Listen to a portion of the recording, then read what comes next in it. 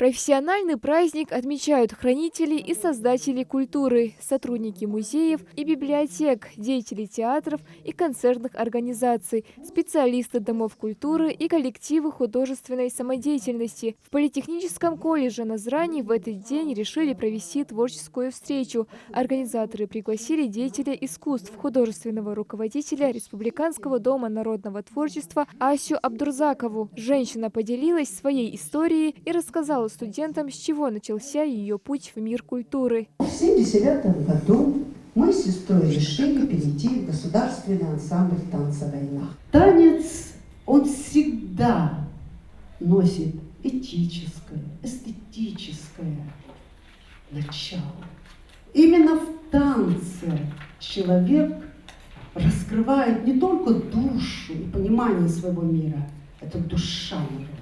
Культура всегда была и остается одним из важнейших аспектов нашей жизни. Именно через культуру мы выражаем свои мысли и чувства. Все это становится возможным благодаря работникам, которые каждый день дают возможность множеству людей наслаждаться произведениями искусства, смотреть спектакли, посещать музеи. Праздник учредили в 2007 году. До этого у работников культуры не было собственного праздника. Были дни музеев, библиотек, но всегда не хватало такого дня, когда все, кто своим трудом сохраняет традиции и наследие ингушского народа, отметила Ася Абдурзакова. Давайте все вместе поздравим всех деятелей культуры и искусства нашей республики с этим замечательным празднеством.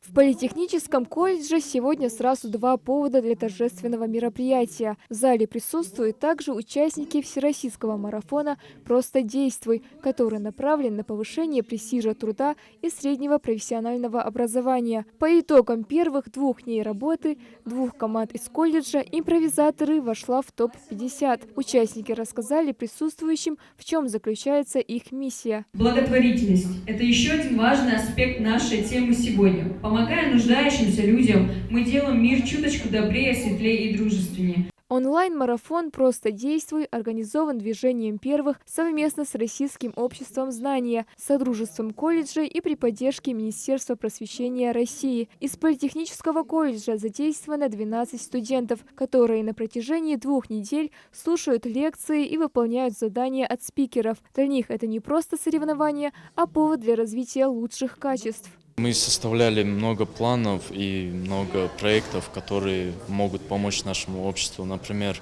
недавно мы решили в День лесов сберечь наши леса и собрать с нашей командой книги и раздать их нашим студентам, то есть подарив книгам новую, вторую жизнь. Наше задание заключается в том, чтобы мы придумали социально значимое дело, то есть мы выбрали волонтерство. Вот, так как больше, я думаю, сейчас нам подходит именно эта тема.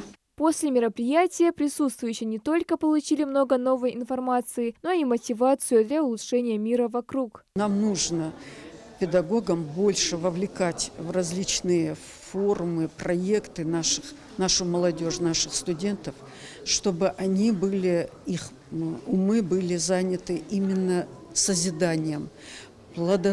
Плодотворно трудились на благо своего Отечества. Марафон «Просто действуй» продлится до 2 апреля. Наших ребят впереди еще ждет много испытаний, но это их не пугает. Студенты уверены в своей победе. Малика Измайлова, Султан Булгучев, Магаз 24.